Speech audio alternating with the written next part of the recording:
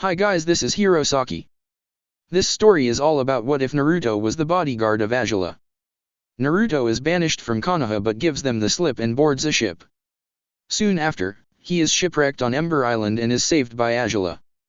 3 years later, Naruto is Azula's bodyguard while she hunts for the Avatar, but did he see the last of Konoha?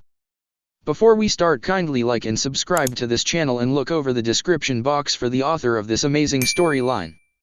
Welcome aboard. Chapter 5, Seeing and Listening. Location, Azula's group. Are we there yet? Tai Li asked out loud. They had been walking up a staircase carved into the mountain and it seemed like forever since they had been at the base. Yes, we're there, Azula answered. As they walked up the last step, they saw the walls of Judeo stretched out before them. Just above the walls were the green-tiled roofs of the colony's buildings. They would be red. They were a colony of the Fire Nation, after all. It took us long enough to get here, Mai said as she looked at her mongoose dragon with an annoyed look. When they had reached the base of the staircase, the mongoose dragons had been worn out because of hard riding. So, they had dismounted and walked up the staircase alongside them, and asked, "Can we head inside now?" Good idea, Tai Li agreed. She wanted to get inside so they could find a place to relax a little bit. They were about to move forward when Naruto held out his hand, motioning them to stop. Wait a moment, he told them as he kept scanning the surrounding area. What is it, Naruto? Azula asked him, becoming alert. We're about to get a visitor. She was confused by those words. What are you? Before she could finish the sentence, they heard a whistling sound and then saw something crash in front of Naruto's feet. Looking up, they saw that someone garbed all in black. They could tell that the attacker was female because the clothing did not hide her curves and she had not covered her hair, which was brown and done in a female's hairstyle.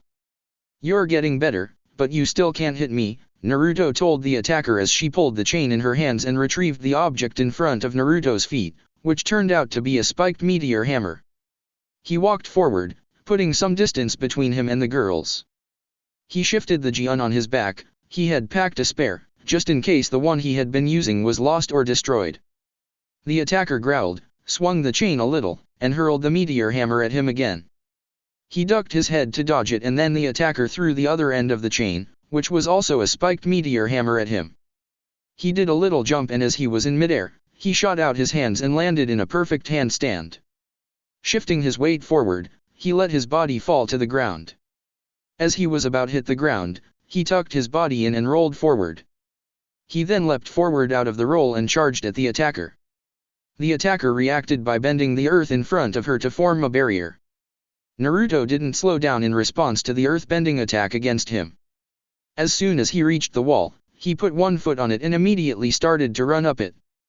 He cleared the top in less than 5 seconds. Drawing out his Jian, he stabbed it into the top of the barrier. He then proceeded to use it as a handle to swing over to the other side of the barrier, disappearing from Azula's, Mai's, and Tai Li's sight. He tried to pull the Jian out of the barrier as he landed, only to have it snap in half, leaving him with a ruined sword. Damn it, he swore underneath his breath. Not letting something like that stop him, he got in close to the attacker and swept her legs out from under her. As her back hit the ground, she felt the tip of a knife touching her throat. Lower the barrier, he told her, his voice void of emotion. She did just that. As the barrier collapsed, Azula, Mai, and Tai Li rushed over to where Naruto was. Are you okay, Naruto? Tai Li asked. She had gotten worried once he had gone over and they couldn't see him. I'm fine, he replied. He threw a glare at the broken pieces of the Jian. I'm annoyed to hell and back at the sword, but I'm fine. What are you waiting for, Naruto? Kill her. Azula commanded. His attacker was at his mercy. Now was the time to finish it. He should kill her right now and be done with it. He looked at her and then smiled. Now why would I do that? He asked her as he put the kunai that he had used against the attack away. He held out his hand to the attacker. She took it and he helped her get up. I'm going to get you one day, Naruto, she said with determination shining in her eyes as she pulled down the mask covering the bottom half of her face. He simply laughed in response to the newcomer's declaration. That's the spirit, he told her, making her smile back at him. "Who is this earthbender, Naruto?" Azula asked. That dangerous tone in her voice, the one where everyone who knew her would find a good hiding spot, should have warned him to answer the question carefully. However, since he had been with her for so long, he didn't fear that tone. "Azula, Tai Li, this is Kori Morishita," he introduced them to the attacker. "Hello, it's nice to meet you all," she greeted them with a welcoming smile. "Why was she trying to kill you?" Tai Li asked. It was weird. 1 minute, they were battling it out, and the next, it was like it didn't happen. Both laughed at that. "Kori wasn't trying to kill me. She's been trying to beat me in a spar ever since I was first posted here," the blonde told them. "So far, she hasn't succeeded." That earned him a frown from her, which he had just smiled in response. "Why didn't the soldiers stop her?" "I can see them up there," Mai told him as she pointed up to the gate. When they all looked up at the walls, they did indeed see Solitaire walking their patrol and looking down upon them. She couldn't really see them, but she was fairly certain that they were amused. They know what she's been trying to do. Also, her dad is the mayor of this place. He pointed behind him at the town to emphasize his point. Kori looked a little embarrassed by that fact, if the small blush on her face was anything to go by. After a minute of silence, it was Azula who spoke. "We should enter the town and introduce ourselves to Mayor Morishita then," she spoke. "It was protocol after all." "Agreed.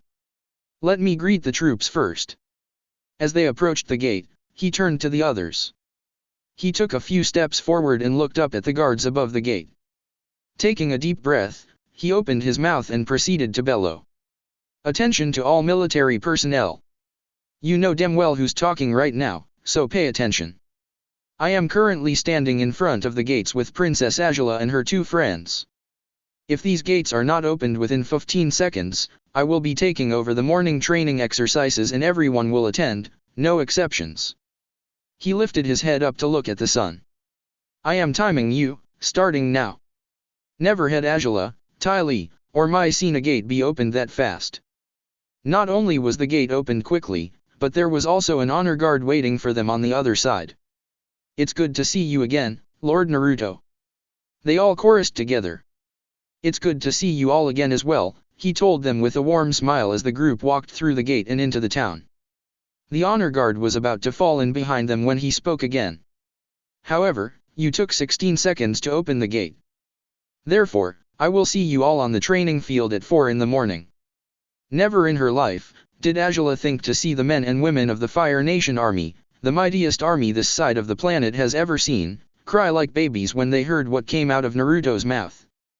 Location: Jailing. Ain, Sokka, and Katara stood in a marketplace with Momo on Katara's shoulder and Akela at Sokka's side. Team Guy stood nearby, keeping an eye out for any potential threats. After the meeting with Saifu and talking about Kurane being pregnant, the teams from Konoha had finally gotten down to brass tacks. They eventually decided that the teams would remain separate but would work together. One team would guard Aang and the other 2 teams would try to locate Naruto or get information on him. Seeing as Team Kurane had already done the part of protecting Aang and his group, Guy volunteered his team to do it next. The first village they came across after the swamp and an encounter with some unique Fire Nation men on Komodo rhinos was not an incident they liked to remember. Apparently, that one little village detested the Avatar, but when they learned Sokka was Paragon, they all but fell to their knees, welcoming him. One of the villagers revealed to Sokka that one of the previous Paragon's brother founded the village they currently reside in. After getting into a trial that was weird, dumb, and was rigged to an extent that even Guy and Lee could tell, Aang had transformed into Kyoshi and had essentially confessed to killing the village's founder, who was a tyrant. The mayor was all set to have Aang executed, but Sokka had stepped in and revealed a trump card. He pulled out a scroll he brought with him from the Northern Water Tribe that was titled Basic Laws of the Nations. He announced that even though Chin Village had a bad judicial system, they still had to obey the basic laws that the 4 nations followed. One of those laws was that a paragon could overrule a court's decision if he felt it was unlawful. With that said, he declared the ruling of the case was void because of their prejudice against the Avatar. The mayor grumbled but complied. However, something strange had occurred. Kyoshi, who still had control over Aang's body, noticed what Sokka had said and saw the Paragon medallion he had when he showed it to the mayor. She immediately tried to attack him. She blew past Team Guy and Katara but was stopped when Sokka had, without conscious thought, cut the link between Aang and the Avatar state. The same Fire Nation troops appeared again, but this time, Team Guy was ready for them and easily beat them. After the celebration that night, they decided to quickly leave the town that Sokka had stated was the worst village they had ever visited. Now they were at the marketplace in the town of Jailing, but not to shop for supplies. Katara and Sokka went in one direction, while Team Guy went in another direction. Tenten noticed the stalls and gazed at what appeared to be sets of pears on the basket as the merchant chatted with a female customer, who had finished paying for her purchase. In another section of the marketplace, Guy was in the middle of an argument with a merchant who was selling bags of rice, but when he tried to pay him in Ryos, the merchant was upset. "We only deal with Earth Kingdom Chiens, none of that paper currency." The merchant snapped, who snatched the bags of rice back from Guy's hands. "Where can I go to exchange for your local currency?" Guy asked back, but the merchant snorted. "I don't know. It's not like we're dealing with the merchants who travel here from across the seas.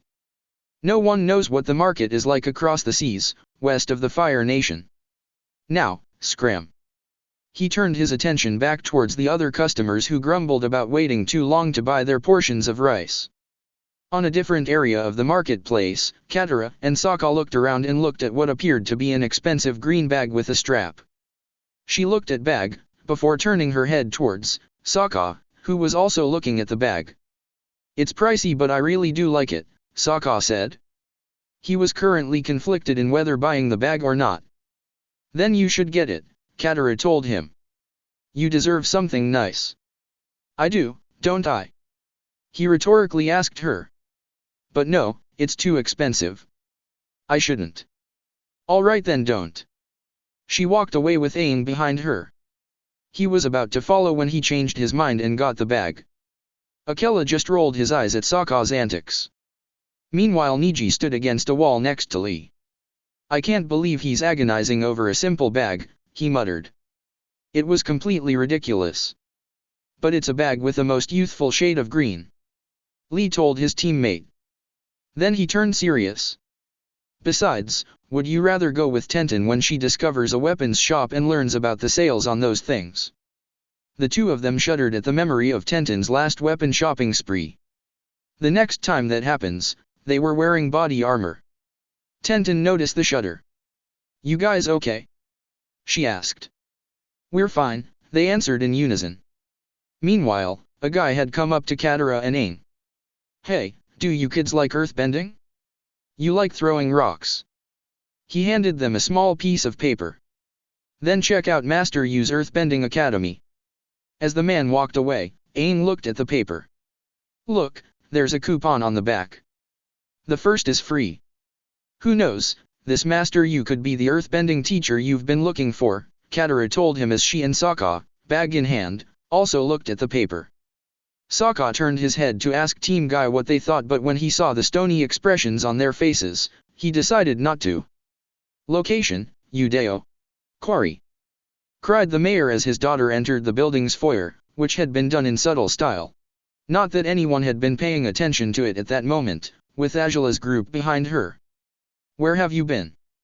You know that you had a meeting with a son from the Akatanbo family today." The frown on his face was seen by everyone there.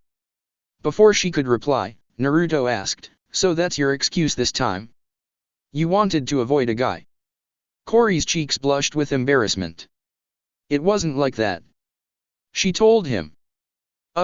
He replied, not believing a word of it. "Naruto, is that you, my boy?" Mr. Morishita asked as he recognized the person talking to his daughter. The frown on his face disappeared and was replaced with curiosity. He looked at the man, and casually waving his hand in greeting. "Nice to see you again, Mayor Morishita." The mayor walked up to him and proceeded to give him a bear hug. "It's good to see you again, my boy," he declared, tightly squeezing him in the hug. "Sir, I need air," Naruto wheezed out. He could feel the air in his lungs being squeezed out and was finding it hard to take in more. The mayor realized what his hug was doing. Sorry. He apologized as he let go. Sir, there are days, when I think, you try to kill me with those hugs. The blonde told him as he gasps for air, silently glad to be able to breathe again. Nonsense. If I wanted to kill you, you would be dead, he replied. There was no pomposity or arrogance to his words. He genuinely believed that he could do it. After he got his breath back, he gave the mayor a mischievous smirk. Correct me if I'm wrong, sir, but isn't that what your wife said to you just before she asked you out on a date? He asked with an innocent expression that everyone knew was false. The mayor's face blanched. Why did I ever tell you that story? He said with a groan, covering his face with his hands. He still regretted having drinks with the blonde, even if it had been a while now. Before Naruto could continue, Kori interrupted the two of them, and pointed at the girls who accompanied Naruto. Father, we have guests. He brought his face out of his hands and looked at who was behind Naruto. Princess Azula. He exclaimed before bowing down before her. I am terribly sorry for ignoring you. That is, quite all right. She told him, trying not to be insulting to him. These two friends of mine are Ty Lee and Mai. She introduced the two girls at her side with a wave of her hand. Hi. Ty Lee chirped.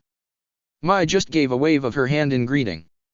My family is honored to have you in our house, princess, the mayor told Azula. Yes, I saw that when your daughter tried to attack my bodyguard, she replied. She was still annoyed at what she had seen, and not just from the fight the two had. Hey, he saw me coming, Kori protested. Naruto always seemed to know when she was about to attack. She had tried to figure out how he did that at one point but gave up when she couldn't find a good answer. Quiet, little girl, the adults are speaking, the princess told her, trying to keep her quiet. I'm older than you are. I am 16. She fired back. Naruto could see that things were not going well between the two. We should probably go and unpack the mongoose dragons. I'll head back outside and start the process. Kori, do you want to come along? She nodded in agreement, after throwing a smug look at Azula that she thought he hadn't seen. He knew it probably would have been better to take Azula, but she had to inquire about the state of affairs in Judeo, as was protocol. And he also wanted to catch up with Kori. As the two of them turned for the door behind them, Ty Lee spoke, curious about Naruto's adventure in the city. Mr. Mayor, what did Naruto do when he was assigned here? Why do you even care? Mai asked in a bored tone. If you ask me, I think you're the one who has a crush on Naruto, not Azula. Azula glared at Mai, who simply shrugged. You know, there will be a time when asking questions could end badly. I'm just curious, Mai. Wouldn't you want to know what Zuko did at his first assignment? When she didn't answer, the acrobat turned back to the mayor. So, what did he do? She repeated her question. The mayor shrugged. I assigned him to be my daughter's guard, he answered like it was a simple thing that didn't need a lot of thought. Both Azula and Naruto went stiff as boards but for different reasons. Of all the things he could have said, he went with that. Naruto thought in a small panic. When he took a chance and looked behind him, he saw Azula giving him a look that said, explain, now. He could feel the tension getting very, very thick. At that point, he decided to beat a hasty retreat from the room. Location, jailing.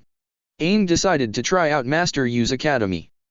He didn't think much of it and told the rest of the group that after the so-called lesson was over. Team Guy silently agreed with him. They had listened, and when they heard the master offered to put Aang in the next belt if he had paid for an entire year's worth of lessons. At that point, they were ready to destroy the academy. They hated places like this, where you could buy a rank if you had enough money. Sokka managed to calm them down before they did something stupid. They didn't any more trouble than they usually got. As this all happened, the other students were leaving the academy. I think the Boulder's gonna win the belt back at Earth Rumble 6.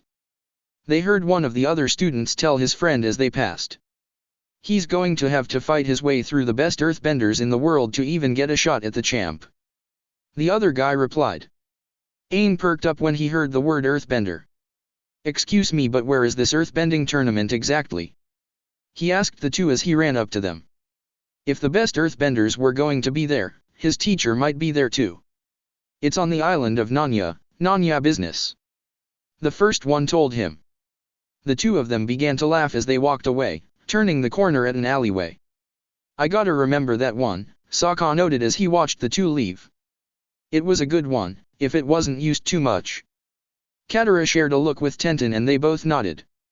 We'll take care of this, she told Aang. Hey, strong guys, wait up.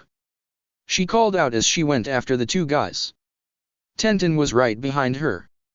Meanwhile, Sokka was looking at the bag he bought. What was I thinking? I don't need a new bag. Why did you let me buy this?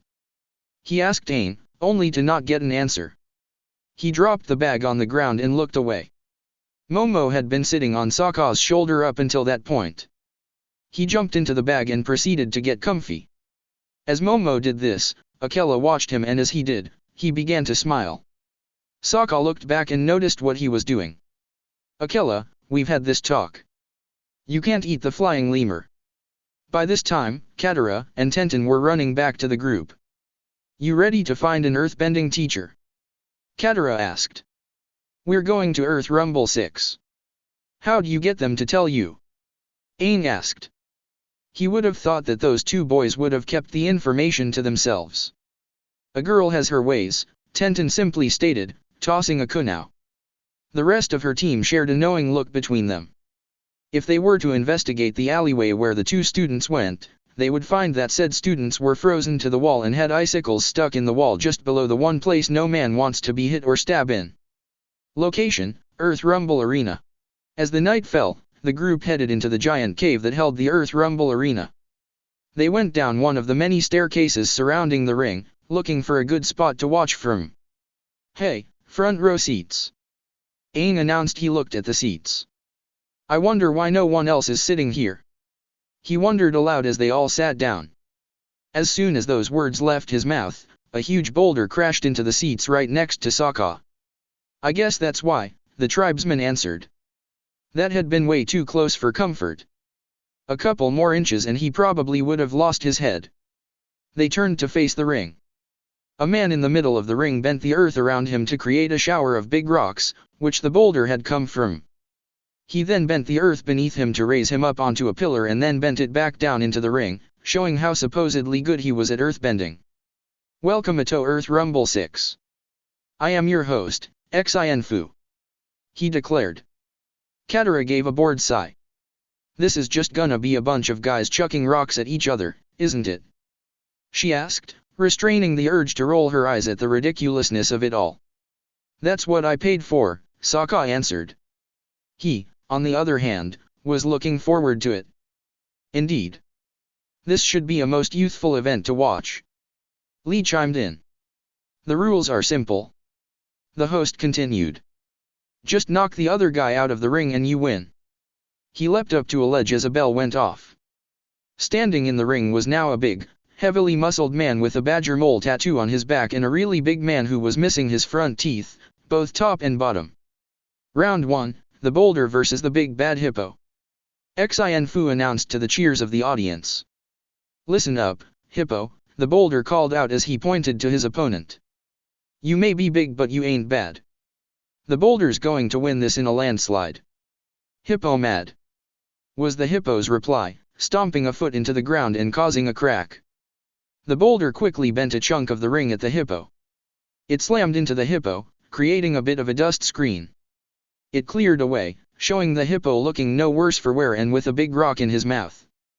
He proceeded to bite down on the rock, shattering it and began to chew on the piece that was in his mouth.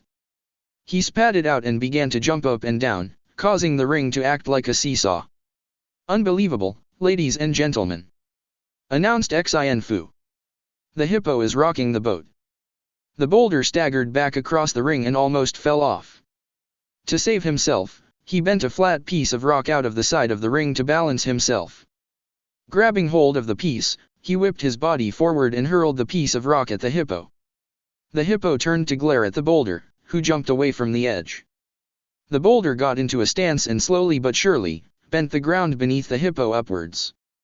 It caught the hippo by surprise and the boulder used that to hurl the rock, with the hippo on it, out of the ring. The boulder wins. Xin-Fu announced. The boulder drank in the applause of the crowd, proud to have won. How about the boulder? Katara suggested to Aang, looking at him. He's got some good moves. She didn't know much about earthbending, but he looked pretty competent. I don't know, Aang replied, feeling uneasy about the earthbender. Bumi said I need a teacher who listens to the earth. He's just listening to his big muscles. He looked over at Sokka. What do you think, Sokka? I think we should keep watching. But the boulder is looking like a good candidate, Sokka answered as they couldn't be picky about their options regarding teachers. Then he noticed Aang and Katara giving him a weird look. What? Well, you gave your opinion in calm manner and with an analytical eye, his sister noted. Yeah, it's really not like you, Aang told him. What? Were you expecting me to be on my feet and cheering like a hardcore fan that had lost his mind? He asked the two of them. Yes, they answered. They were certain that was what he would have done. But instead, he gave a calm and reasoned reply. It wasn't like him. Don't worry, Lee's about to take care of that. He pointed to the spandex-wearing shinobi, who was staring down at the ring intently. Tenten looked at her teammate. You alright, Lee? She asked. This is so. Lee muttered before standing up with tears flowing freely from his eyes. It's so very, very youthful. Oh, how I wish could be an earthbender, that way I could join this most youthful competition. Would you calm down? You're attracting attention. Neji hissed, pulling his teammate back down to his seat. Other people nearby were looking at them strangely. After they had finally managed to get Lee to calm down, the matches continued, and the boulder dominated. He went through all his opponents like they were nothing. The Fire Nation man, the Gopher, the Gecko, and the Headhunter, all were easily beaten by the boulder. Finally, the lights in the cave had dimmed, save the one shining on the Earth Kingdom emblem in the middle of the ring. Now, the moment you've all been waiting for, Xin-Fu said to the quiet audience. The boulder versus your champion, the blind bandit. A light shined down upon a girl in a green shirt and pants with a white tunic over them and a studded belt around her waist. She also wore dark green bands around her waists and her ankles. She wore a headband in her hair that was green and yellow with a white puff ball attached to it just above each ear. She held up the championship belt above her head as the crowd cheered her on. She can't really be blind. It's just part of her character, right? Katara asked. The girl's eyes were a light green color but were also unfocused, like she was just looking straight ahead. I think she is, Aang answered, looking at her. But then, how can she fight? Neji asked. Sokka suddenly remembered something that happened in Omasha when Naruto had beaten Team Kurane. Sokka, allow me to show you something of earthbending that paragons can use. Think of it as a lesson. Naruto took a strip of cloth from his pocket and tied it around his eyes. Now then, let's begin. I think I know how, the tribesman told them. Before anyone could ask him, the boulder spoke out. The boulder feels conflicted about fighting a young blind girl. Sounds to me like you're scared, boulder, TTHE girl taunted. He scowled slightly. The boulder is over his conflicted feelings and now he's ready to bury you in a rockalink. The girl pointed at him. Whenever you're ready, the pebble. She insulted him and then laughed. Aang's eyes went wide at its sound. He had heard that laugh before. He had heard it back in the swamp. She was the girl in the fancy dress. It's on. The boulder announced. They had a bit of a stare-off, which was redundant when one of them is blind. He made the first move by stepping forward. He brought his right foot down and brought the other foot up. The girl went into her stance and waited. When the boulder began to bring his left foot down, she just simply kicked the ground, sending a line of rocks towards the boulder, but not directly at him. As the boulder brought his foot down, it landed on the rock line which then curved to the left. The result was the boulder doing the splits, which, apparently, he couldn't do. Oh! Cried out the boulder in pain. The girl quickly followed up with a hand-chopping motion, causing 3 rock columns to jut out of the ring behind the boulder, hitting him hard and sending him out of the ring. Your winner and still the champion, the blind bandit," announced Xin Fu. The girl smiled and raised a fist as the crowd cheered. "How did she do that?" Katara asked. She had never seen anything like that before. "She did the same thing Naruto did at Omashu," Sokka told her. Granted, the blonde had done with boots on, but it was still the same thing. Aang nodded in agreement. "She waited, and listened," he said with a smile. Xin Fu leapt back into the ring. "To make things a little more interesting, I'm offering up this sack of gold pieces to anyone who can defeat the blind bandit." The entire cave was dead silent. "What, no one dares to face her?" Xin Fu demanded. He wasn't surprised. No one really wanted to fight her. She was the champion, after all. "I will." Voice ranged out. Xin Fu turned to where the voice was coming from and saw Aang coming up the steps and into the ring. He didn't say anything. He just leapt to his ledge. The girl looked in Aang's general direction. "Do people really want to see two little girls fighting out here?" she taunted. The audience responded to her taunt with an "oh" sound. "I don't really want to fight you. I want to talk to you," Aang told her. He took a step forward and she smirked. She bent the ground beneath Aang to form into a column that jutted out of the ground. Aang leapt off the column and landed off to the side. "Someone's a little light on his feet," the girl stated as she swerved to his general direction. "What's your fighting name, the fancy dancer?" Aang just grinned in response. The girl took advantage of that and tried to throw Aang off by shooting up the ground from underneath him. Aang just leapt forward off the rock. The girl had a small look of confusion on her face. "Where'd you go?" she said to herself. Aang landed a good distance behind her. "Please, wait," he begged of her. "There you are." She turned around, bent a chunk of rock out of the ground, and hurled it at Aang. He responded by bending the air into two streams, one deflecting the rock and the other sending her out of the ring. That move shocked everyone in the arena. While the crowd was cheering, Aang went after the girl who was leaving the arena.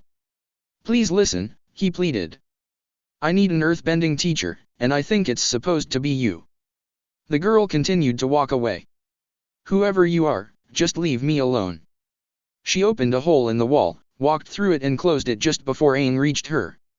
As the group got the winnings and Sokka took the belt, he remained downcast. He might have won the fight, but he might have just lost his teacher. And he didn't even know who she actually was. Location, Judeo. It was 6 in the morning and Azula was feeling irritated. She didn't know why she felt irritated. She was a princess and a princess never gets irritated. "Why am I so frustrated?" she asked out loud as she paced around the room she was given. Hearing footsteps, she turned to look at the door and saw her two friends there. "Do you really want that answered?" Mai asked as she leaned against the door frame. Ty Lee stood just outside against the wall. "What is it?" she asked, deciding to change the subject. She wanted a distraction. Mai shrugged. "She wanted to ask you something." She pointed to Ty Lee, who bounced forward. "You wanna go see Naruto train the soldiers?" she asked with a grin. "I think they're done with the warm-ups and the run." She wiggled her eyebrows suggestively. She wanted to see Naruto train, torture, the soldiers, that much was true. But she also wanted to see if they would get sweaty and take off articles of clothing. Azula looked at her for a minute. "Fine," she finally answered. She wanted a distraction, now she had one. Ty Lee's grin got even bigger. She grabbed both Azula's and Mai's hands and charged off. The training grounds were in a small valley that was next to Judeo. It had once been a part of the city itself but had been destroyed by a fire more than 100 years ago. That day was always remembered as a tragedy for Judeo, for the number of lives lost in the fire. If one knew where to look, they could find scars of that fire's destruction. It was circular in shape, having practice fields for both weapons training and firebending. It had 2 entrances, one led back to Judeo and the other led into a trail that split into 2 separate directions. However, if someone went in one direction, they would eventually come out through the other one. It was used for exercise runs and for punishment. If a soldier were punished, They had run several laps on the trail under a time limit. If you knew where to look, just near the entrance to Judeo was a path that led up to a ledge that encircled the training grounds. How did you find this? Azula asked as they made their way to the top of the ledge. Somebody told me, Ty Lee replied. They crept to an edge that had a natural barrier. If they knelt, no one would notice that they were there. Why am I even here? Mai wondered. Because you were bored, that's why, Ty Lee told her with a smile. She just rolled her eyes in response. Shush. Here they come. Azula hissed to them. Sure enough, the soldiers were coming in through the trail entrance with Naruto in the lead. As soon as they hit the practice fields, they stopped and all but collapsed. Well now, wasn't that refreshing? Naruto asked them. The large amount of people behind him just groaned. Oh, come on, it wasn't that bad. You call doing 40 laps on that trail with weights after an hour and a half of push UPS, sit UPS and Agni know what else not bad? One of the men, who looked to be an officer judging by his armor, demanded. Naruto just looked at the person, who looked to be a year or two older than him. You're green, aren't you? He asked. His question confused the officer. He's fresh out of the military academy, Lord Naruto. This is his first posting, one of the foot soldiers replied. Ah. Well, that says a lot. He looked at the officer. What's your name, boy? The officer was enraged. My proper rank is lieutenant, and you address me as such. I asked you for your name, not your rank, Naruto told him, keeping his voice calm and leveled. What's your name? My name, you damned peasant, is something you will never hear, the officer said with a sneer. The rest of the soldiers there, including the older officers, now knew that he was screwed. Naruto did not even look outraged at being told off. I'm a damned peasant, am I? He asked, raising an eyebrow in question. He's going to get now. Ty Lee whispered gleefully. It seemed like all but the young officers, who apparently shared the same belief about Naruto. Yes, you are a peasant who does not know how to talk to his elders or betters. I don't know why the foot soldiers think you're a lord, but they are obviously mistaken. Once I'm done with you, I'll fix that attitude. He promised as he cracked his knuckles in anticipation. You're in for a bruising, you little shit. Done with me? Are you going to challenge me to an Agni Kai? The fire paragon kept his voice mild as he spoke. The lieutenant scoffed. I know all about you, punk. You think you're some hotshot because you managed to beat the princess in Agni Kai when you're not even a firebender. Well, I have news for you, I could beat you easily. Oh? You think you can beat me when the princess of the Fire Nation couldn't? She's a woman, so her firebending is pathetic. I could beat you without even breaking a sweat. At this point in the conversation, unbeknownst to them, both Mai and Ty Lee had to restrain Azula. Let him go. I'm going to kill him. She demanded. No, mocked her firebending, and anyone who did would pay. If you do that, Naruto will know we're here and we don't want that, remember? Ty Lee reminded her as she held her back. I don't care. That fool will burn. Relax, Azula. Naruto will take care of it, Mai told her. She calmed down at those words. He'd better, she said as she stopped struggling to get free. So, you think that you can defeat the one person who was able to beat your own princess, who is a well-known firebending prodigy and will be able to do that easily? Naruto asked, still not acting like he was insulted. Indulge me, I'm interested. The lieutenant smirked as he laughed in amusement. I already told you, it would be easy. In fact, I'm surprised that you were able to get that job with all those deaths on your hands. Everything went silent as everyone looked at him. What? No comeback? Yeah, I know about all those deaths, I read the records. I'm surprised you're still in the military with all the men you lost. Not that it matters, he said with a careless shrug. They were nothing more than trash and they would have never amounted to anything more than trash, just like you. The general thought among the soldiers and older officers was he's fucked. The younger officers agreed with him on some points, but not all of them. Naruto just smiled. But to those who knew the blonde, that smile was the one he gave when someone had gone too far and was about to be humiliated. Without warning, he buried his fist in the lieutenant's stomach, making him double over with a sound of agony. Not wasting any movements or moment, Naruto withdrew his fist and then slugged him across the face. As the lieutenant lay face down on the ground, moaning in pain, he felt a swift kick to the ribs, feeling them crack, and then a foot pressing down on his back. Most of his comrades kept flinching every time Naruto delivered a blow on the offending lieutenant, with one of the subordinates whimpering in fear. "I can take any insult you can throw at me. I've heard them all before," he heard the blonde say as he stood over him. "However, if there is one thing I will not tolerate, it's someone who disrespects the fallen soldiers who died under my command. They were worth much more than you on any day. You do that again, this will feel I had hardly touched you." He pressed his foot down on the offending lieutenant's stomach. "Got it." The lieutenant didn't say anything, as he had passed out. "Does anyone else want to insult the dead?" Naruto asked everyone standing there. They all shook their heads in the negative. "Good. Get him to the infirmary," he ordered, pointing at the body. It was quickly done. After that, the girls just watched as Naruto split them into two teams and fight each other, seeing how well their coordination and teamwork was. 15 minutes later, Naruto started to instruct the non-benders in tactics and formation, with the pikemen undergoing several drills, and the archers practicing in the archery range.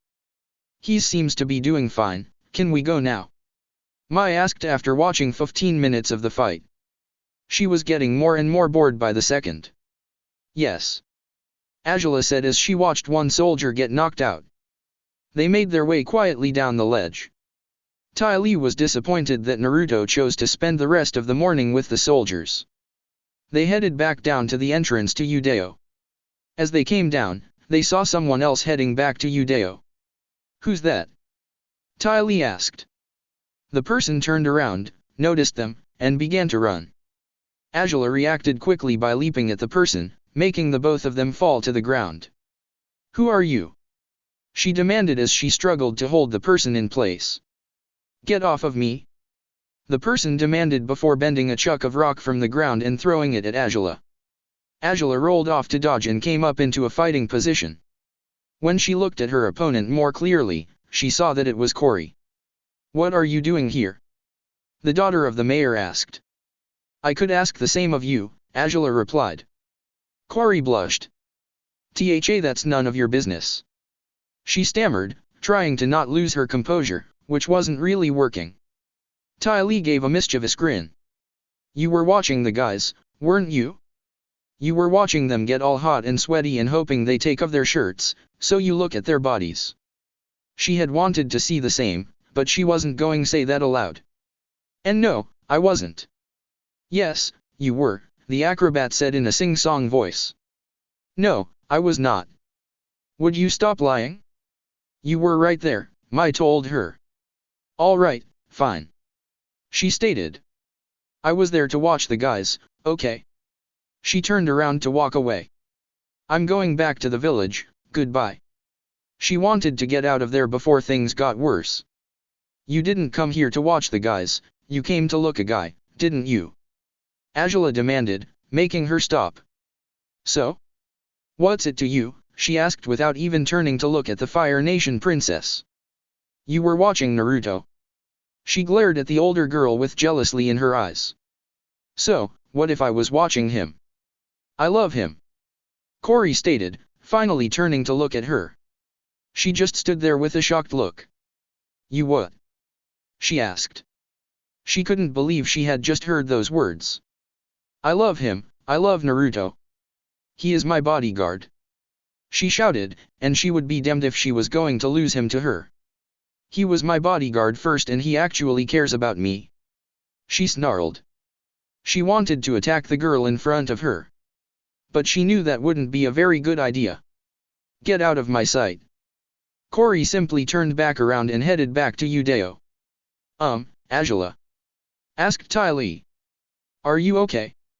The look on her friend's face was full of anger and rage. "I'm fine, why do you ask?" she growled as she stared at Cory's back, wishing that she could just send a lightning bolt through it. Probably because that was the first time that we have ever seen someone who wanted the same thing as you, Mai told her. As far as she could tell, that had never happened before. She threw a glare back at the two of them. I'm going back to Judeo, she told them. She wasn't going to let that girl anywhere near her bodyguard. As they watched her leave, Mai looked at Tai Li. She's taking it well. Tai Li nodded in agreement. So far, nothing had been set on fire. I just wondered how long it will be until she confronts Naruto. You know she's a little possessive of him. Yeah, I remember what happened.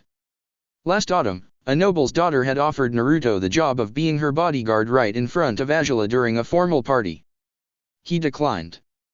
Angry at being denied, something that had never happened to her, she made some non-too-subtle questions about his IQ and whether Azula had found him in a kennel or just off the streets. Azula challenged her to Agni Kai on the spot. After that, she had to be treated for second-degree burns all over her body. It would have been third degree, had Naruto not stopped Azula and told her to calm down. Do you think Naruto knows? The acrobat asked. Mai looked at her friend. Knows what? About Cory. Mai began to walk back to Judeo. She wanted to make Azula didn't set anything on fire. If he doesn't already know, he'll find out soon. Tai Li followed her. If they had stayed a little longer, they would have heard someone sneezing and a chorus of voices saying, Agni bless you, Lord Naruto. Location, Jailing.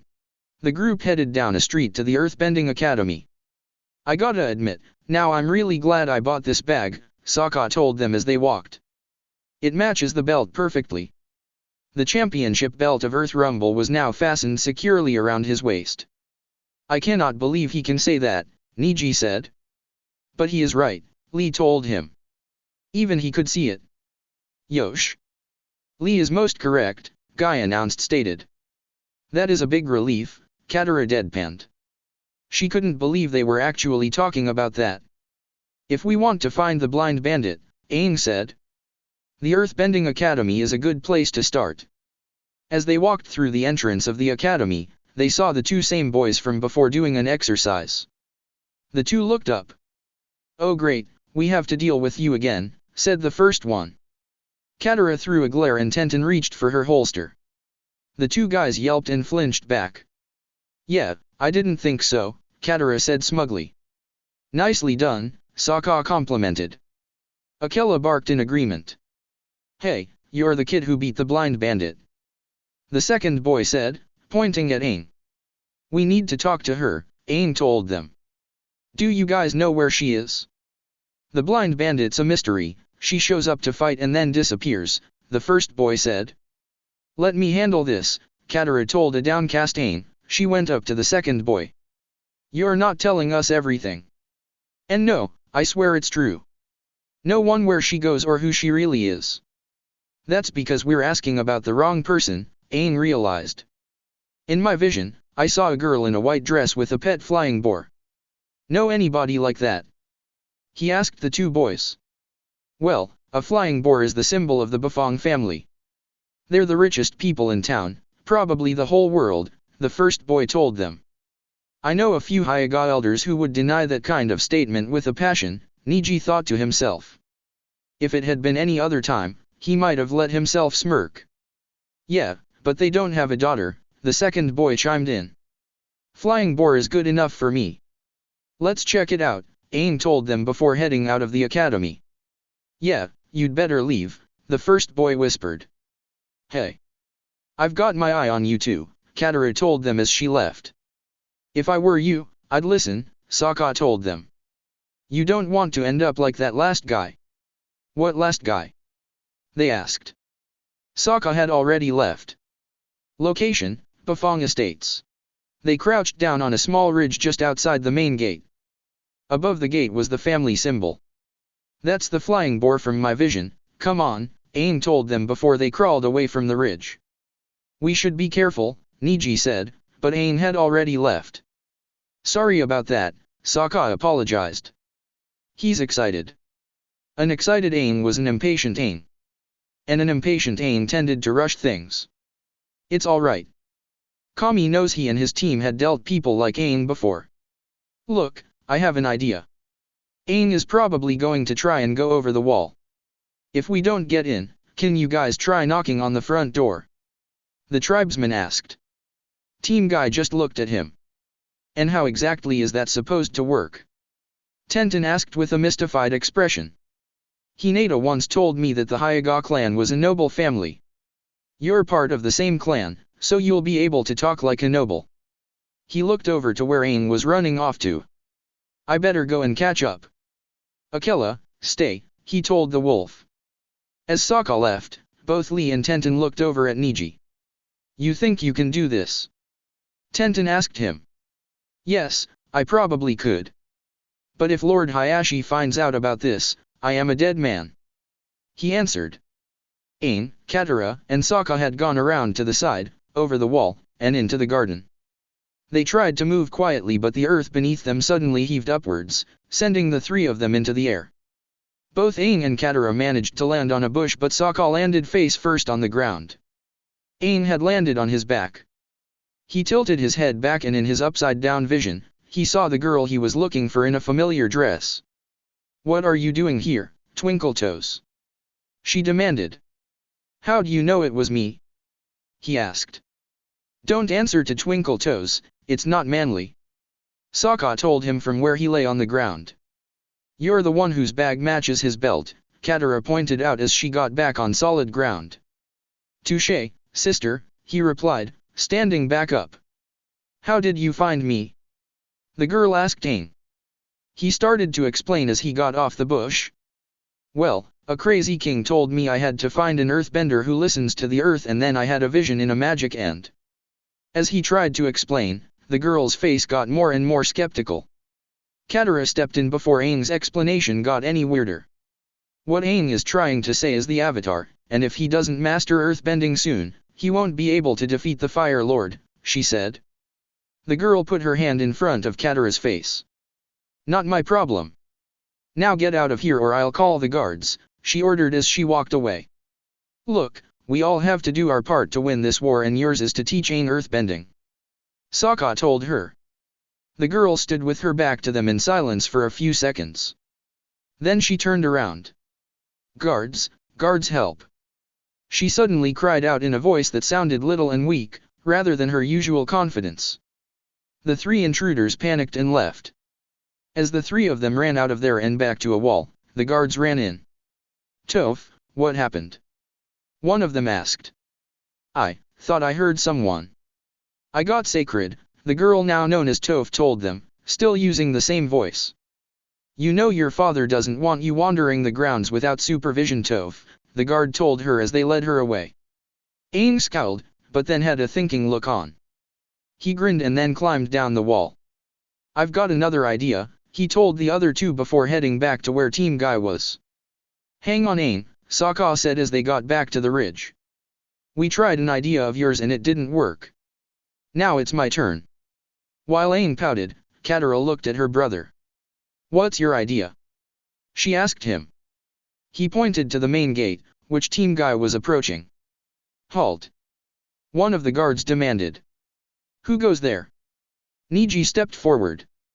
Greetings, I am Niji Hyuga of the Hyuga clan. These are my teacher and my fellow students. He gestured to the rest of the team. What do you want? We heard of the Beifong family when we passed through jailing. Seeing as it was almost dark, we had decided to pay our respects and ask the master of this estate if we could sleep here tonight, he told them.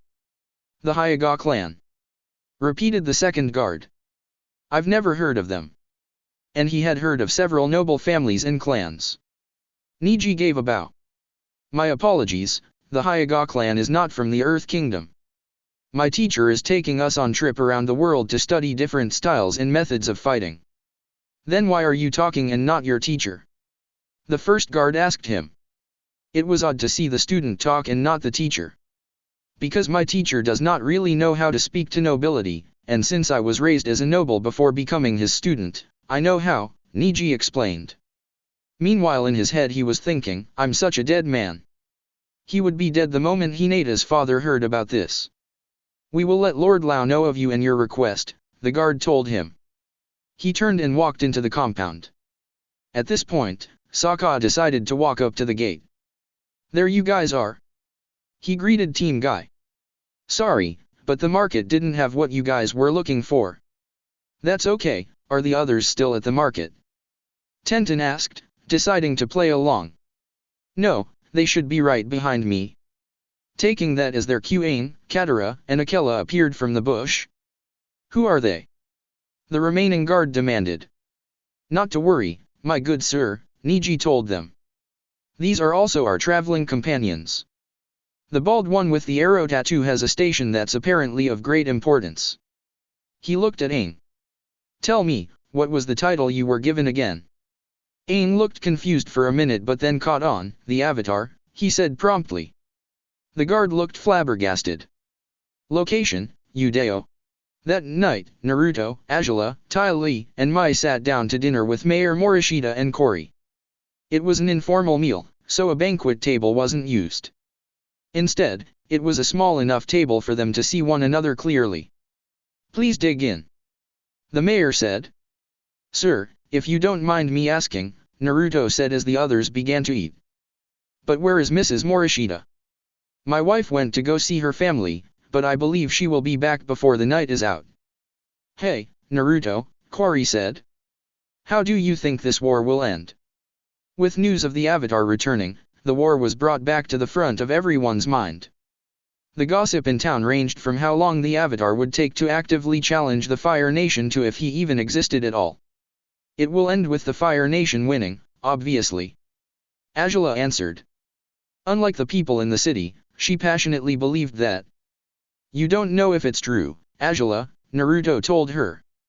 "The Avatar could very well defeat the Fire Lord. But even if he does that, this conflict will not be over. And he could see the future problem perfectly." "What do you mean, my boy?" Mayor Morishita asked. He was curious to hear what the blonde had to say. "If the Avatar wins, he'll declare the war over. Then he'll try to restore balance to the world," he said using air quotes. "That will mean that, eventually, he'll set his sights on the Fire Nation colonies." "Us?" asked the mayor. "Why would he look at us?" He was sure that the colonies themselves hadn't done anything against the Avatar. The Avatar is a kid. He believes that for the harmony to be restored there must be 4 separate nations. When he looks or hears about the colonies, he doesn't see 2 different nationalities working together, he sees Fire Nation people on Earth Kingdom land. "But that's absurd!" Cory shouted. "I am Earthbender but I am also a Fire Nation citizen, not just one or the other." She was proud of her heritage and she damned anyone who said anything about. "For once, I actually agree with her," Azula said. "It would be absurd for the Avatar to do that, if he won. I know you two see it that way, but the Avatar doesn't. If he wins, odds are he'll try to have the colonies removed. He could see the idiot doing just that, without a care to what the colonists would say or think about it. He would just that it was for the best before shepherding them back to the Fire Nation. In theory, the idea that the Avatar can forcibly separate the people of the Fire Nation from the people of the Earth Kingdom sounded rather extreme. He can't do that. This is my home." Cory slammed her fist on the table. She wasn't going to let anyone take her from her home. "Cory, behave yourself." The mayor said. He turned to Naruto. "What do you think will happen?" Naruto sighed. "I don't know. A lot of things can happen, and a lot of factors can change. The only thing I am certain of is that if things go wrong and the Avatar messes it all up, we'll dragged into another war that could be much worse than the current one."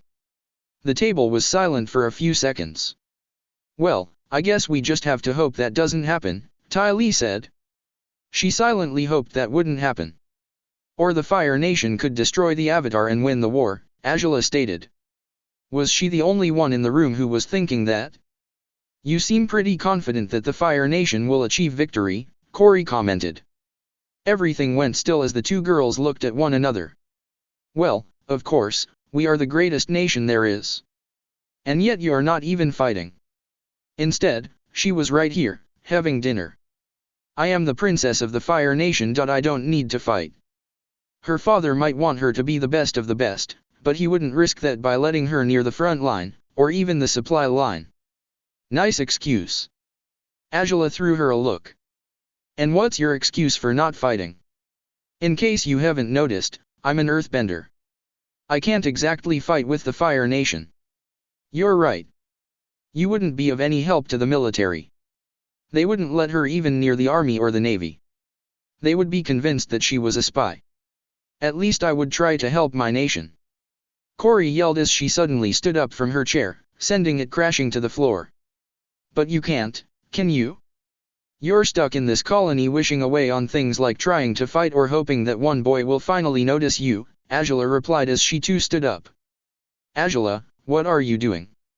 Ty Lee and Mai thought as they watched this scene play out. This wasn't like her. She was always the one who remained calm and even-tempered in situations like this. But now, she was on the verge of losing her temper. Both Corey and Azula looked like they were ready to attack each other. Then everyone there heard a chair being moved back. Turning their heads, they saw Naruto standing quietly. Azula, Corey, he said, looking at the two of them, come with me. He turned around and walked away into a corridor. The two girls followed him. Once they were a good distance away from the dining hall, he turned around to face them. What's going on between the two of you? He asked. What do you mean? Azula asked. She was trying to get back to being calm and even-tempered, but it wasn't really working. Ever since this morning, you've both been acting like you want to kill each other. So, I'll ask again, what's going on between the two of you? Well, why don't you explain yourself first, Naruto? What do you mean? He asked, confused by her words. I mean why you never told me about her and you being her bodyguard. She snarled, pointing at Corey. It was only for a month, Azula, and it was my first assignment. Yes, I do visit whenever I am sent to the front and nearby. He frowned slightly and looked at her. But that's not what's got you mad, is it? If you were only there for a month and only visited afterwards, how is it that she is in love with you? Yelled Azula, pointing an angry finger at Corey. The silence was almost suffocating after what she had said. What? Naruto asked. You heard me, she said, her voice going from a snarl to a growl. He turned his head to Corey. Is this true? She nodded her head. I love you, Naruto. I've loved you since you were my bodyguard. And she hadn't stopped, not even after he had left. He dropped his head and gave a sigh.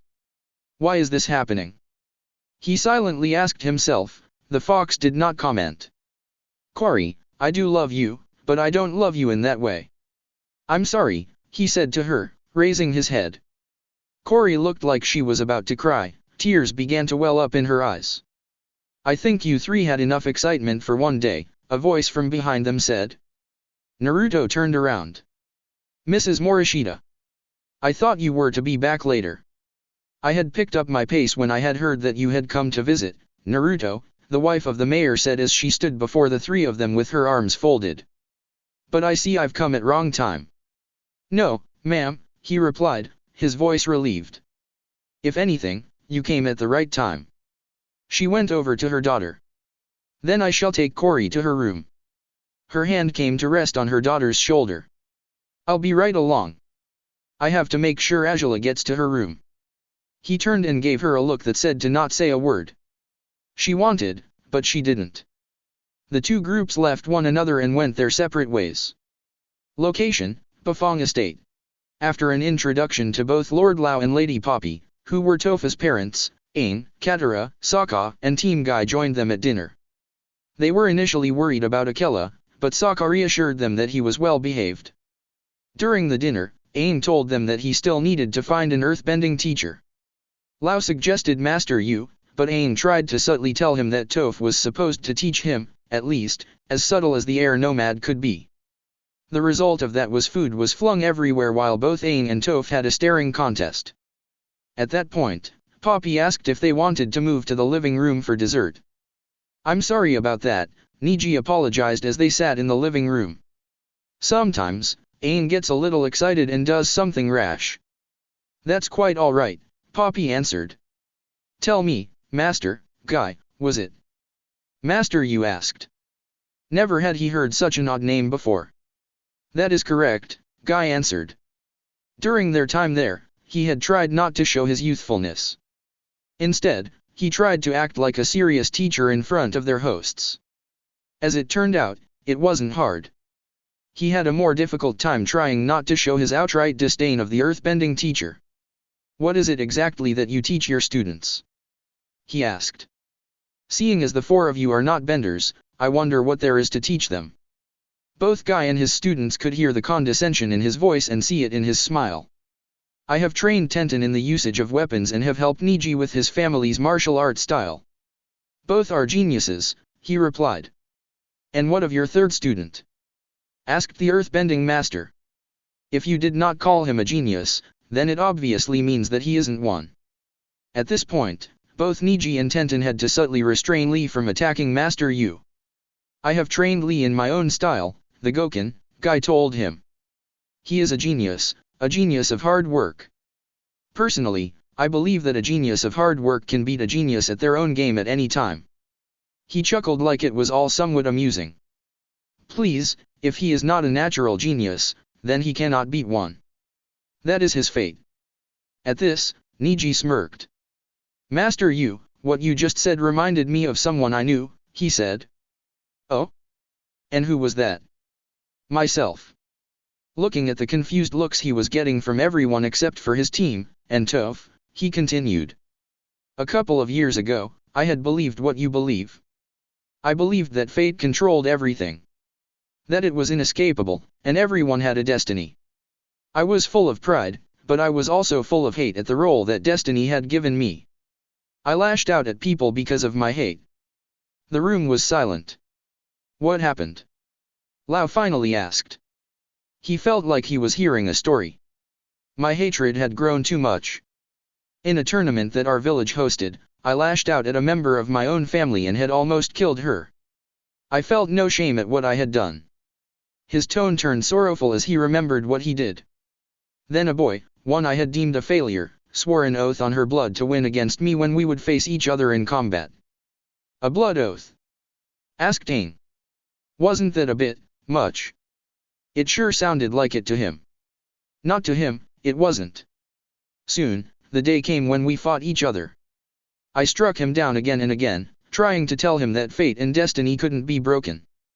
But no matter how many times he fell, he would always get back on his feet and continued to fight back. Finally, I asked him why he kept trying to defy his destiny to lose at my hands. "What did he say?" Sokka asked. "He said because people called me a failure. I'll prove them wrong." It was at that point that he defeated me. After the match was over and I couldn't move, he came over to where I lay on the ground. He said that if a failure like himself could successfully change his destiny, what could be a so-called genius would be able to do. After that, I had renounced my belief in fate and destiny. "What happened to the boy?" Poppy asked. Niji shared a look of sorrow with his team. "A few months later, he left the village behind with no explanation and no intention to return. One of the reasons we are on this journey is so that we can find him and ask him why he left. We hoped to see him and convince him to come back with us." "What was his name?" Toph asked from where she sat. She was curious about the person she had just been told about. "Naruto Uzumaki," the answer made Aang, Katara, and Sokka share a look. One of their enemies, quite possible the most dangerous one, had that kind of effect on Niji? It was hard to believe. "As interesting as that story is," Master Yu said. "What exactly is your point?" "Fate does not control you. If Lee is a genius of hard work, then he is a genius of hard work. There's not a doubt in my mind that if he could, he would be able to beat me." As Master Yu took this all in, Sokka turned to look at Lao. "Excuse me, I have a question," he said. "When we walked in here, we passed a small room that had an urn on a pedestal. Is it important?" When he had glanced at the urn in passing, he had gotten a weird feeling, like he should know what was in it. Lao nodded in realization. "That room is a shrine, and the urn holds the ashes of the first Beifong," he answered. "Why do you wish to know?" "I was just curious, that's all," the tribesman replied. He reached out to have some more tea. As he did, the medallion somehow managed to slip out. Both Lao and Poppy noticed it and knew what it was immediately. You are a paragon? Topha's father asked him. Sokka looked down at his medallion. Yes. Do you have something against them? He remembered what Fong has said and wondered what could have happened to earn that kind of response. Not at all, we greatly respect the paragons, Poppy told him, bowing her head in respect to him. Tell us, what do you know about the history of the paragons? Nothing, really, he answered. That was something he hoped to correct. Was the first Beifong a paragon? No, not just that, Lao said. According to the family history, our ancestor was the first paragon of the Earth Kingdom. Both Aang's and Sokka's eyes went wide at those words. So, your ancestor was there at the beginning, the paragon of the water tribes said, almost to himself. Lao simply nodded. Do you know why the paragons were created? Aang asked. This time, Poppy shook her head. I'm sorry, but no. Although the history of the paragons is as long as the history of the Avatar, the facts about why they were created have been lost. The silence in the room was almost deafening. Perhaps it's time we all went to sleep, she suggested. Everyone agreed with her. Later on in the room they were given, Aang was bidding Appa good night while Katara sat on the bed and Sokka sat against it with Akela at his side while Momo sat in the bag. Team Guy had been given a separate room, one close to the one they were in. Hearing almost silent footsteps walking to their door, Aang turned around and saw Toph leaning against the door frame. He gave a small cry of panic and went into an airbending stance. Relax, Toph told him. Look, I'm sorry about dinner. Let's call a truce, okay? Aang put his hands down. Follow me, she ordered. She left the room and he followed, silently telling Katara and Sokka that he would be fine. She led him out into the garden. While Aang walked on the bridge, she walked on raised edge of the bridge. Even though I was born blind, I never had a problem seeing, she explained. She jumped down to the ground. I see with earth bending, it's kinda like seeing with my feet. I feel the vibrations in the earth, and I can see where everything is, you, that tree, even those ants. Aang looked around for the ants that were mentioned until he finally saw them. That's amazing, he told her. My parents don't understand. They've always treated me like I was helpless, she said as they walked near the wall. Is that why you became the blind bandit? It was beginning to make sense to him. Yeah, she answered. Then why stay here where you're not happy?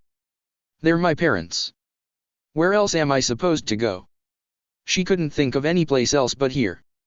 You could come with us, he offered outright. She got to be free of her parents and he got an earthbending teacher.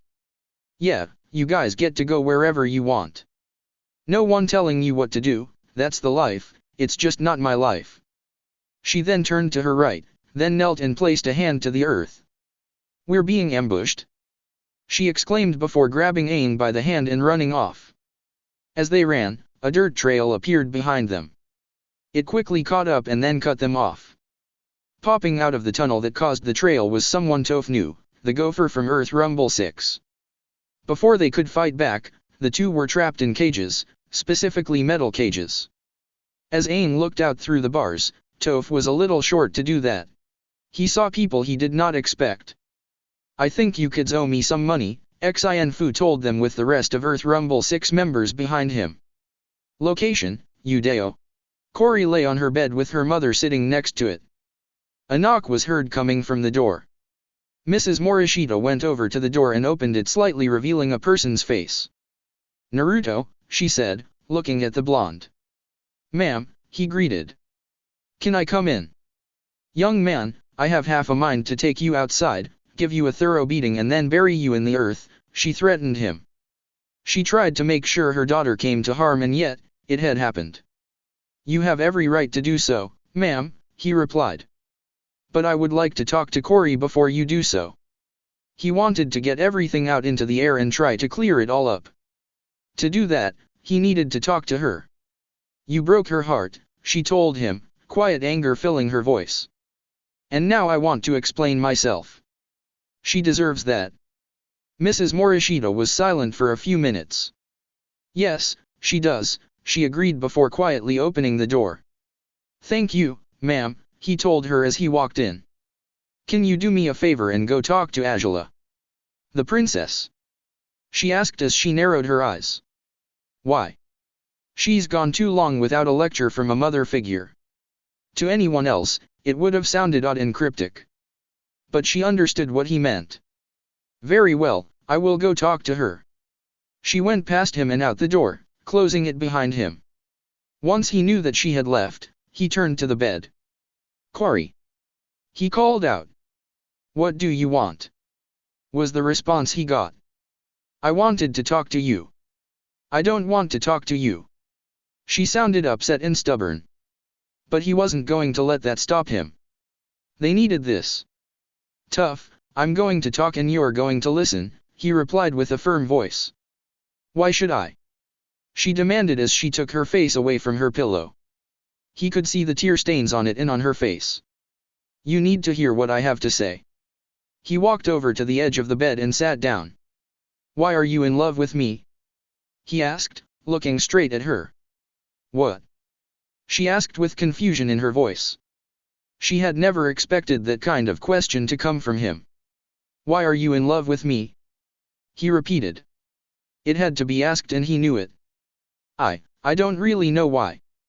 You're best at everything, you're smart, and you look so cool, she listed of the reasons. He frowned at the words and shook his head. That's not love, Cory, that's a crush, he told her gently. But a crush can turn into love. She protested. That's what she had been hoping for all this time. It's true that a crush can turn into love, he admitted. But that only happens when you realized your crush has imperfections. And Kami knows he had imperfections. You don't have any imperfections, Naruto. She couldn't see reason he would have any imperfections. He was perfect. And that's why you are not in love with me. You only have a crush. Tears began to form in her eyes again, threatening to fall. I am too in love with you, she said. She wanted to believe that with all she had. Naruto noticed the tears and gave her a hug. Trust me, you're not. At that point, she lost control and began to bawl like a baby. She held onto him as she cried, her body shaking with each sob. He waited for the crying to turn into sniffles. Cory, I told you that I did love you, remember? He asked her. She nodded, not trusting her voice. There are many kinds of love, and the love I have for you is that of a sibling. What? She said. He pulled away from the hug so that he could look at her face. I love you like a sister. That's important to me. She stayed quiet for a minute and then smiled. Well, it's not the love I wanted, but I'll take it. She could be happy with that. Cory, to me, a family is most important, he assured her. The ones you love always become a part of your family. I guess you're right. Mom and Dad already consider you a member of the family. They had done that back when he had been posted in Judeo. He smiled. You see? That's it right there. Just do me a favor, Cory. She grew curious. What? Find someone who you'll be able to fall in love for what they are and not what they can do. I've seen what a crush can do to a person and it doesn't usually go anywhere. Speaking from experience, are we?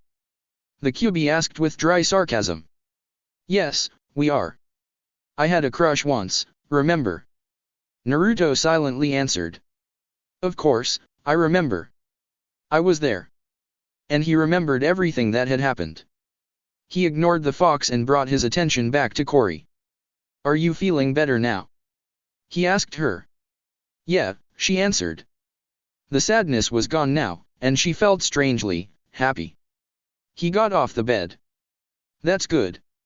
He started to walk towards the door. Where are you going? He stopped and turned around to look at her. Now I'm going to go talk to Azula. Azula heard a knock on the door. Getting out of bed, she walked over to the door and opened it, revealing Mrs. Morishita. May I come in? The wife of Judeo's mayor asked her. Azula shrugged and stood to the side so that she could come in. What do you want? She asked. Mrs. Morishita turned around to face her. What is it exactly that you have against my daughter? She asked, her voice filled with a quiet and dangerous tone. She scoffed. Why would I have anything against your daughter? It sounded completely ridiculous. She was the princess of the Fire Nation. She does not become jealous of anyone. Maybe it's because she had something that you thought was yours and yours alone. Or maybe because she has something you don't. What could she have that I don't? I'm a princess, I have everything. Really? Asked Mrs. Morishita. Then where is your mother? Azula stiffened. Excuse me. She was certain she had heard what the mayor's wife had said. But she also didn't want to think she heard what she heard. You say you have everything. Where is your mother? She asked again. Why do you care? The princess growled. It wasn't her business. It wasn't anyone's business to pry into such matters. No mother would ever let their child turn out like this. Shut up, she ordered. She didn't want to hear this. Not from her. Not from anyone. They had not right to speak of it. If your mother let you turn out like this, she wasn't a very good mother, Mrs. Morishita stated with a severe frown on her face and strong disapproval in her voice. I said shut up. Azula yelled. What does it matter to you anyway? You're not my mother. Besides, she never cared about me. Zuko was her favorite. Zuko had always been her favorite. She never really cared about her. Not when she wanted it, to hear her say that she was loved. Nevertheless, she was your mother, and she did care about you, Mrs. Morishita told her. I have a question for you, young lady. If your mother saw how you acted today, what do you think she would say to you? She left Azula alone in her room, not waiting for an answer. While she just stood there, absorbing what she was told, Naruto appeared at the door. I take it Mrs. Morishita already talked to you? He asked as he walked in. Azula turned to face her bodyguard. Where were you? She demanded with anger in her voice. I went to talk to Cory. She gave an annoyed huff. Whatever. She turned her back to him and looked out the nearby window, or at least, pretended to. What's wrong, Azula? He asked her. They had to get this all out. And the only they would be able to do that was if they talked. She stood there silently for a few minutes, still pretending to look out the window.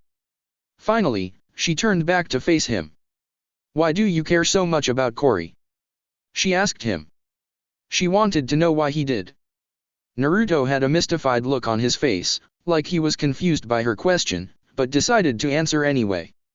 I was the first one to treat her like a normal person. She was visibly confused, so he continued.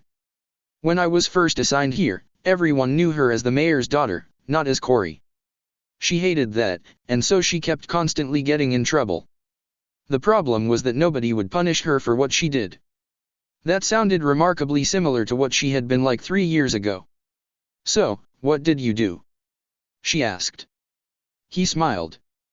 The first time she got into trouble when I was her bodyguard, I made her do 20 laps on the trail and she had to do it in 10 minutes. Every time she got into trouble, hard training was her punishment. She hated me for that. She had threatened to murder me almost every time she did laps. In response, I just told that she had to start over. Her parents let you do this? Azula asked. She was surprised, but she also knew that Naruto could be a hard taskmaster. He hadn't treated her any differently than the soldiers at the training field when he had been teaching her, which would have probably made her father very angry, if he had been told. They told me that so long as I didn't kill her, I was fine, he answered. And so, every time she turned her frustration and anger at me, I trained her to the ground. That's all you did? You trained her. She almost found it hard for her to believe the mayor's daughter would fall in love with him just because of that. Why do you think she tried to attack me? She's been trying to beat me ever since I trained her. It's her way of trying to prove that my training worked. Of course, he thought that she didn't need to do that. But who was he to argue? Azula just stood there, reflecting on what he said. She then walked through the door and out into the corridor. She walked right past Ty Lee and Mai. Azula, where are you going? Naruto called out to her. To Cory's room, she called back. What for? Asked Ty Lee. I'm going to talk to her. As they watched her go down the corridor, Mai turned to the others. So, Who's getting the fire flakes? She asked him. There was probably a fight waiting to happen and they should try to get good seats. That's not funny, Naruto told her, disapproval in his voice. Do you see me laughing? She asked back in deadpan. Cory heard the knock on her door, making her look at it. Who is it? She called out. It's Azula. The voice of the Fire Nation princess said through the wood. May I come in? As you wish, she answered. Who was she to deny the princess of her country? Azula opened the door and walked into the room, stopping about a foot before the bed. What do you need? Cory asked her. I wanted to apologize, she said. She was almost embarrassed to say the words, but she had, and they were already out there. Cory looked at her. I'm sorry. The daughter of the mayor had not been expecting that kind of answer. I want to apologize for my behavior to you, she explained. As she spoke, she found the words were becoming easy to say, somewhat. Why? Azula stood silent for a minute. I was jealous of you. I had thought that Naruto was only my bodyguard. Then you appeared and practically tell me that he was yours as well. I was jealous and I took it out on you. She bowed her head. I'm sorry. It's okay. I know what you're talking about. Cory smiled. Naruto does that to you, doesn't he? Azula chuckled at that. Yes, he does. She gave Cory a long look. By the way, you can never tell anyone about me apologizing. If people found out, my reputation would be ruined. Yes, ma'am. She gave a mock salute, making the both of them laugh. You know, now that I think about it, it was Naruto's fault for making us act like that, Azula said after they stopped laughing. Cory thought about it. Yeah, you're right. The princess of the Fire Nation smirked.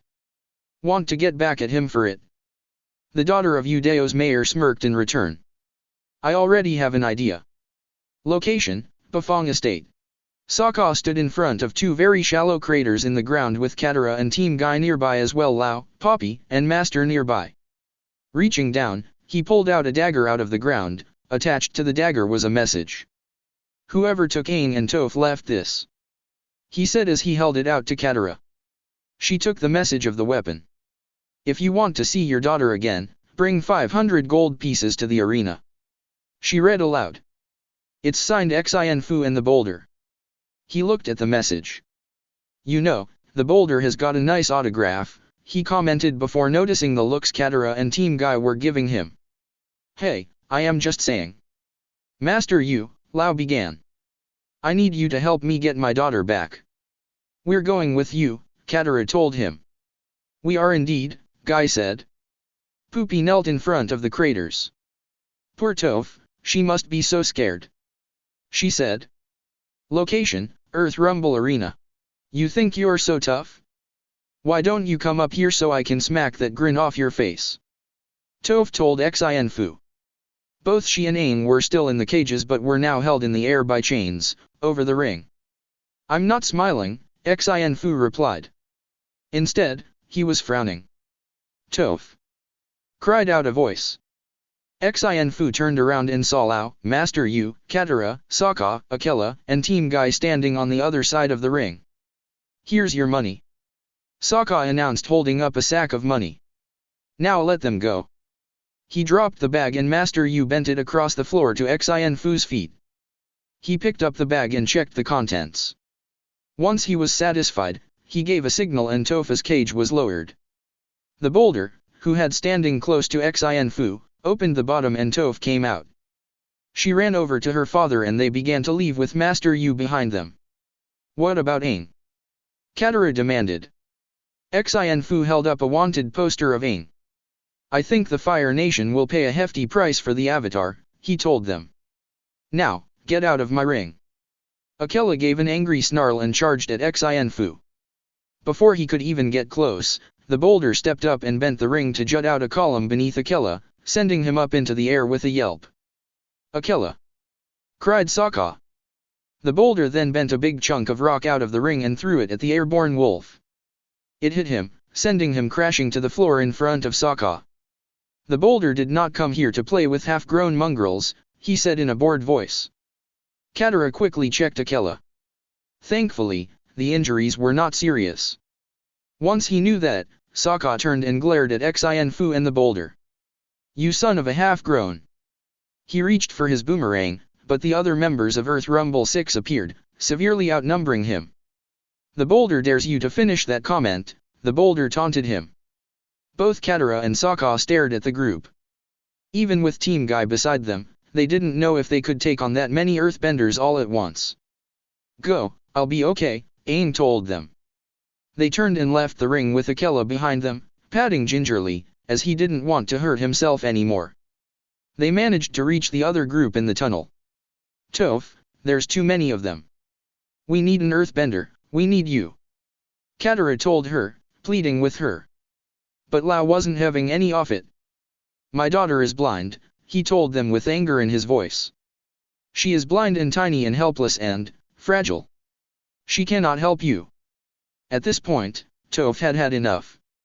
She jerked her hand free of her father's grip. "Yes, I can." She began to walk back over to Katara and Sokka. "Lord Lao," Guy spoke up as he waited for the others to head back out of the tunnel. "Sooner or later, your daughter will want to be free of your protectiveness. Perhaps sooner is better than later." He then turned and followed, walking, leaving Lao to ponder his question. Meanwhile, the members of Earth Rumble were also leaving the place, just in the other direction. Aang was being held by the hippo. As they approached the staircase, a wall of earth sprang up in front of them. They all turned their heads to see Toph on the other side of the ring with Sokka and Katara behind her. Team Guy had decided to hang back and wait. "Let him go," she ordered. "I've beat you all before and I'll do it again." "The boulder takes issue with that comment," the boulder responded. The hippo tossed Aang's cage away and they all charged forward.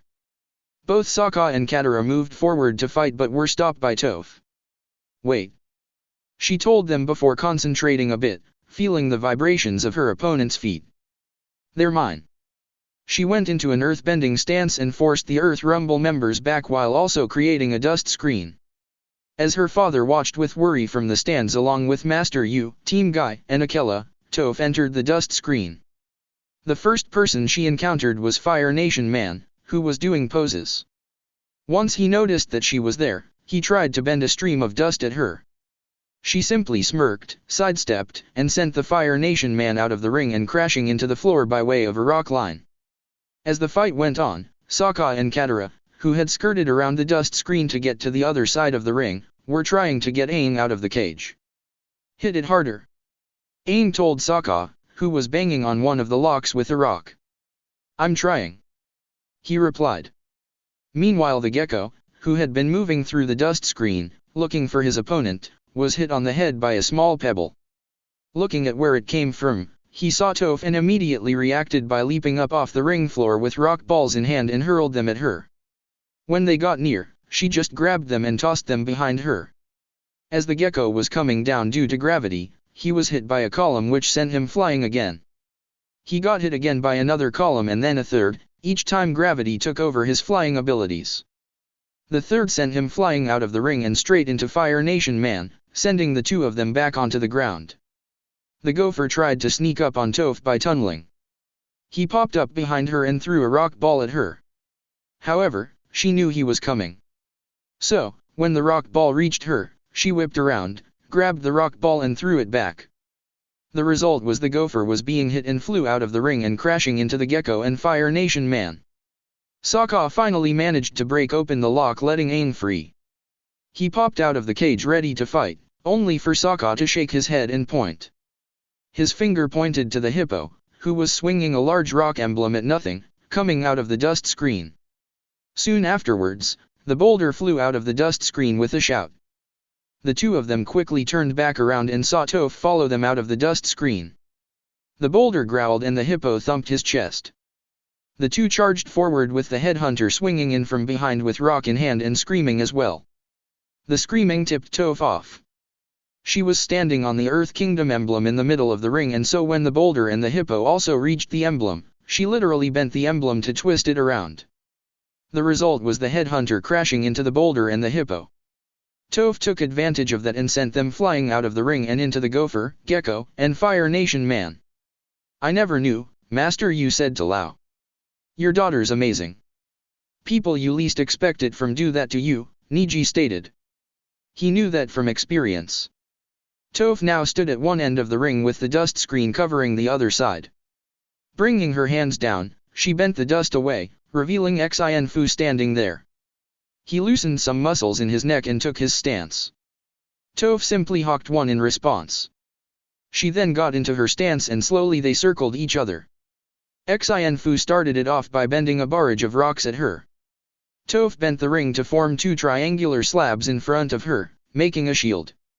The barrage of rocks hit the shield, but nothing broke through. She then bent one of the slabs forward at Xinfu. He twisted up into the air and to the side to dodge the incoming slab. He stuck his hand into the ring while in midair and hurled a rock ball at Toph. She simply took one step to the side and let the rock ball fly right past her face. She retaliated and sent Xinfu out of the ring and landed squarely between Lao and Master Yu. She's the greatest earthbender I've ever seen. Master Yu told her father as Aang and the others gathered around Toph. Location, Beifong Estate. Toph stood in front of her parents while the others sat behind her. Dad, she began. I know it's probably hard for you to see me this way. But the obedient helpless little blind girl that you think I am just isn't me. I love fighting. I love being an earthbender, and I'm really, really good at it. I know I've kept my life secret from you, but you were keeping me secret from the whole world. You were doing it to protect me, but I'm 12 years old and I've never had a real friend. So, now that you see who I really am, I hope it doesn't change the way you feel about me. Of course it doesn't change the way I feel about you, Toph, he told her. It's made me realize something. It has. She asked, her hopes rising. Yes, I've let you have far too much freedom. From now on you will be cared for and guarded 24 hours a day. He told her, his wife nodding in agreement. But Dad, protested Toph. We are doing this for your own good, Toph, Poppy told her, stopping her from making any more arguments. Please escort the Avatar and his friends out, her father commanded. They are no longer welcome here. As the group was being led away, Aang looked back. I'm sorry, Toph, he told her. I'm sorry too, she replied. Goodbye Aang. Guy also looked back. Lord Lao, you never answered my question. Lao didn't say anything and looked away. This is most unyouthful of you, he accused her father as they were led away. No one noticed the tears coming from Toph's eyes. Aang stood on the edge of a cliff overlooking the Beifong estates. Don't worry, Katara told him, trying to be reassuring. We'll find you a teacher. There are plenty of amazing earthbenders out there. Not like her, he said in reply. They climbed aboard Appa where Sokka, Momo, Akela, and Team Guy already were. They were about to take off when Aang heard something behind them. Turning around, he saw Toph in her causal gear running up to them, a traveling pack slung across her back. Toph. HH said in joy. What are you doing here? My dad changed his mind, she told them as she stopped beside Appa. He said I was free to travel the world. While Sokka and Katara shared a look of confusion, Team Guy did not believe a word she said. Well, we better get out of here before your dad changes his mind again, Sokka said. Good idea, she replied. You're gonna be a great teacher, Toph, Aang told her. He had no doubt about it. Speaking of which, I wanna show you something. Okay. He hopped off Appa but just as he landed on the ground, Toph sent him into a tree via an earth column she bent out of the ground. Now we're even, she told him. I'll take the belt back, she said, holding out her hand. Sokka took it off and tossed it down to Toph. Unfortunately, he forgot she was blind, so the belt landed on her head, sending her to the ground. Sorry, he apologized just before Aang fell out of the tree. Soon enough, Appa was flying through the night sky with a new passenger on board. Location, Judeo. That was a good workout, Naruto said as he came out of the bath adjacent to his room. He had just gotten back from the morning exercises with the military. Clad only in his pants, he headed back to his bed to get the rest of his clothes when he notices the door was knocking. Who is that? He wondered aloud as he walked to the door. He opened it and was immediately bombarded with high-pitched squeals of, "It's Lord Naruto." He slammed the door shut, locked it and put his back to it so that they wouldn't get through easily. "It's the fangirls," he thought in a panic. "Yes, it is," the QB noted, slightly fearful. There were a very few, things in this world that could frighten a Biju. And fangirls, or fanboys, depending on the Jinchuriki, were quite high on that list. "How did they find me?" he demanded, mostly to himself. "I didn't tell anybody about where I was sleeping except for..." He went still as the notion went through his head. They didn't. Apparently, they did. "Those two are so dead when I get my hands on them," he promised. He knew that he might have unintentionally been the source of anger between them, and he knew that he should have expected some kind of payback. But this was going too far. The thumping on the door was getting louder, as were the cries of, "Please let us in, Lord Naruto," and, "I want your babies." It brought him back to the reality he was currently in. "Kit, right now you should probably focus more on getting out alive," the QB told him. The fox had lived long enough and had been sealed into enough people to know the horror of fangirls and fanboys. He was in no hurry to see it again. Naruto looked around the room for an exit, only to find none. "Of all the rooms I had to choose, I had to pick the one that didn't have windows." He bemoaned the fact. "Then make one. The door won't hold for long," his Biju urged him. The two of them could hear the door starting to crack against the relentless pounding. Quickly making a one-handed raise-non, the blonde charged to the wall he knew led to a room that had windows. He burst through the wall into the empty room, opened the window, and leapt out just as the fangirls broke through the door. "I'm safe," he thought in triumph as he landed on a nearby rooftop. Kit? Don't look down." He, of course, did look down and saw fangirls in the streets. He could tell they were fangirls because of the banners that said, "We love Lord Naruto." Dear Kami. How many are they? He wondered in fear and horror. Before the fox could answer his question, the window he had leapt from was filled with fangirls who looked like they could make the jump. That was when he remembered he was only wearing his pants. "Lord Naruto!" they cried, getting attention from the streets, which amplified the cry many times over. Suddenly, there were fangirls on the same rooftop as him. "Gaki, I just have one word of advice, run." And so, Naruto did. He ran and the fangirls followed. If one had stayed behind and looked up, they would have seen 4 girls sitting on the edge of the roof of the mayor's house, eating fire flakes and happily watching the koas. Azula, Mai, Tai Li, and Cory were sitting down at the table and were about to enjoy a light lunch. It had been about 5 hours since the fangirls had been set on Naruto. Since they didn't hear the fangirls celebrating in the streets, they had assumed that the blonde was able to get away. As they were about to start eating, the door to the dining room opened and in came a fully clothed Naruto. "That was not fun," he declared as he closed the door behind him and walked to the table. "That was pure torture, wrapped in a blanket of insanity." "What's the matter, Naruto? Didn't you enjoy your run?" Azula asked, making the girls burst into giggling. "Let's cut to the chase, shall we?" he told them. "Cory, Azula, I know it was the two of you who did this. As a prankster, I commend you. But I must also prank you back." He turned to Azula. "And since you gave me no warning, I shall do the same to you. Since I lost the fangirls 2 hours ago, I went to see some people. They should be arriving soon." He looked over to Cory. "I must admit, Cory, I did not know you had them. It was quite a surprise." Both Azula and Cory began to get nervous at his words. "Who's coming?" Cory asked. She was beginning to think that she and Azula should run for their lives. Soon they heard a knock on the door. "I think that's for you too," he told them, before going back to the door and opening it.